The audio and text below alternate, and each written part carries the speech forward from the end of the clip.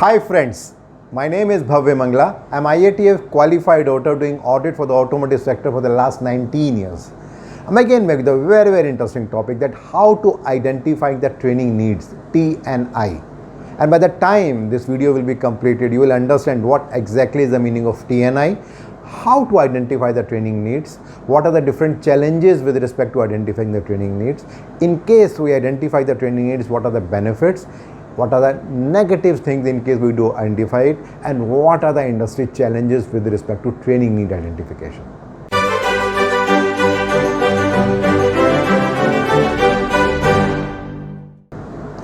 Well, in our day-to-day life also, we keep on identifying the right things, and when we identify the right things, we get the right result. Think about the family.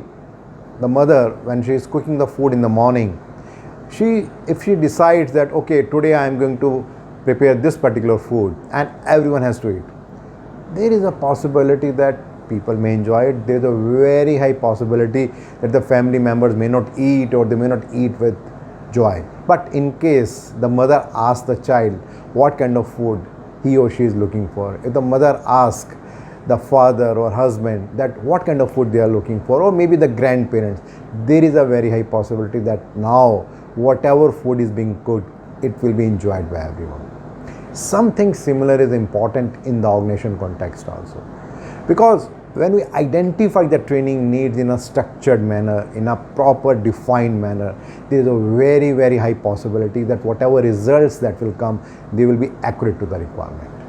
But in case we are not taking care with respect to the organization's expectation, with respect to the employee's expectation, whatever good thing that we may do, whatever money that we may spend, the end result will not be what we are looking for. So that means a very interesting question, that what are the key important things, or what are the key outputs of identifying a training need. So there are two key things if we identify the training needs correctly. The first one is it helps to enhance the knowledge, and the second one is it avoids the failure. To little bit elaborate that, when we talk about it enhances the knowledge, the intent is that whenever we provide a training to the right person at the right time and of the right level, then the person is going to understand that particular thing correctly, the person is going to implement that thing particular correctly, and whatever results that are going to come, they will be as per the expectation of the organization. Say for example, we need to provide a training with respect to a statistical tool, but if we do not identify the right person who actually has to implement that thing in the shop floor, and we just give it to somebody else, then it will be just a knowledge giving session, but it is not going to make any impact to the organization. The second thing is about the failure, that the key objective of any training is that it should serve the organization perspective. When we say that it serves the organization perspective, that it should enhance the customer satisfaction, it should fulfill the organization's expectation. It could be with respect to quality, productivity, it can be with respect to productivity. And certainly the third most important thing is that it should fulfill the expectation of all the stakeholders. So if we are not identifying the training properly, then it will result in failure. Then it brings very important question, that when we are identifying the training needs, how to do that. So again, there are four key steps when we are identifying the training needs. The first question that we need to ask at that time is that what training is to be given to whom. So unless and until we are clear that which training should be provided to which person, say for example a person at a managerial level and there is another person at the engineer level. Now if we give both of them the training related to leadership, well, for the person at the engineer level, it will be just a knowledge, but he or she may not be able to implement. But that training is more relevant for the manager. Similarly, if we are providing the same training of statistical tool both to the manager and the engineer, then for manager it is only for the academic purpose, but the real implementation has to be done by the engineer. So it's very important to decide and understand that which training should be given to whom. Then the second question which is important is that what kind of training is to be provided. Now the trainings are of different types. We need to see that which training suits which person. If we are taking care of that, there is a high possibility that output will be good. So for example, we are thinking about giving a particular training with respect to, again I'm talking about leadership.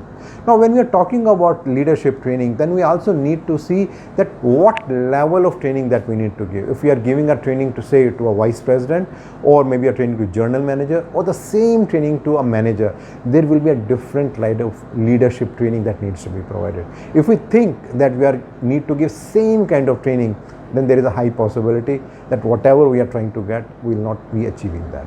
Then the third very important key question is that what kind of results we are expecting, unless and until we are clear that what we want to achieve from that particular training, will not be able to identify the training needs correctly.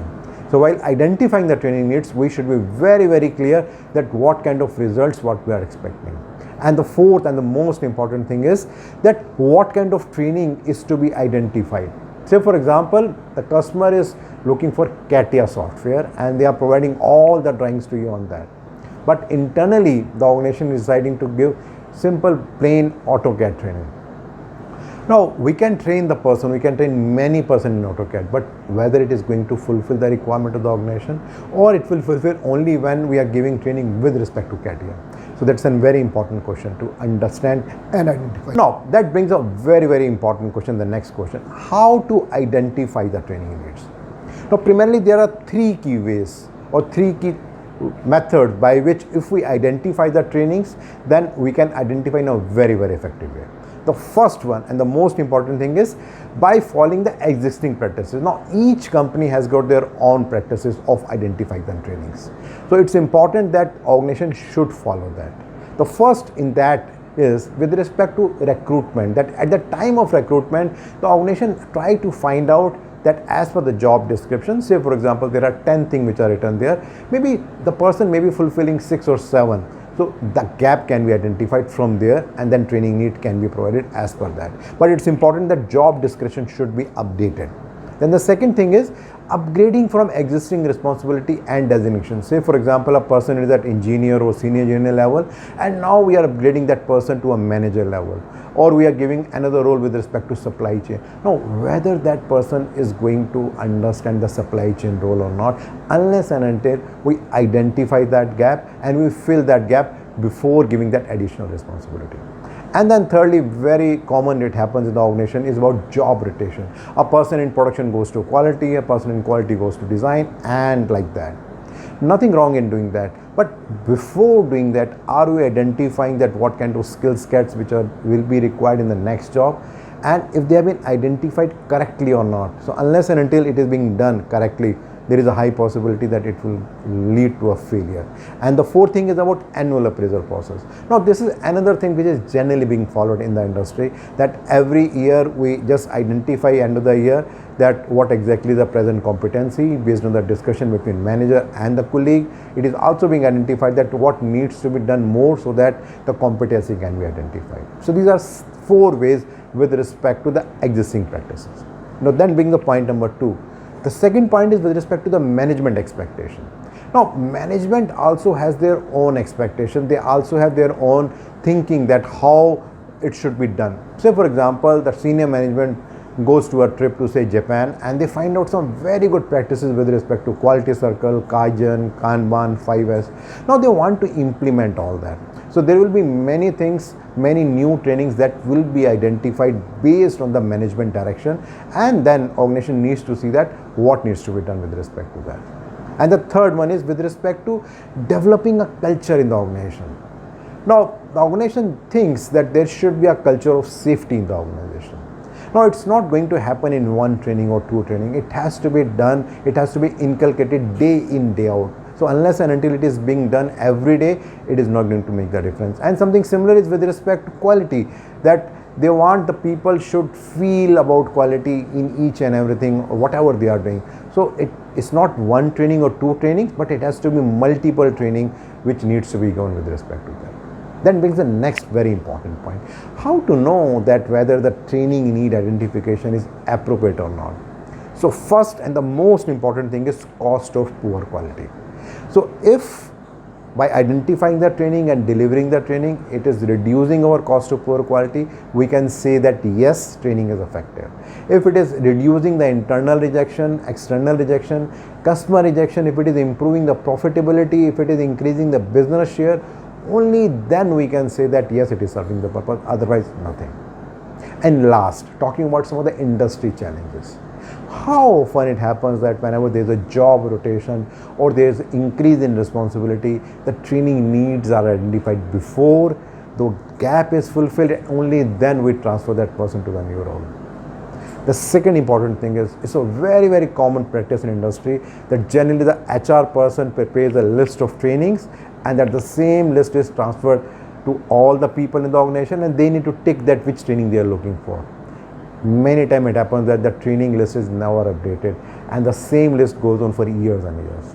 And the third and the most important thing is, how often it happens that whenever training need is identified, it is more based on the seniority or the power of that person and not with respect to the importance of the work that person is doing.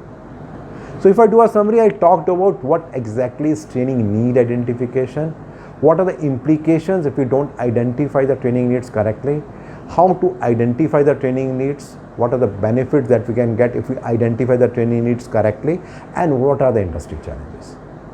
My next video will again be in the same series of trainings, and here I'm going to talk about employee satisfaction.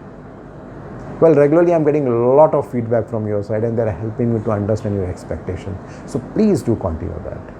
And in case you want to understand a little bit more about this particular video, you'll find a link below. If you click that, you'll find a blog there, and there you'll find this information in much more detail.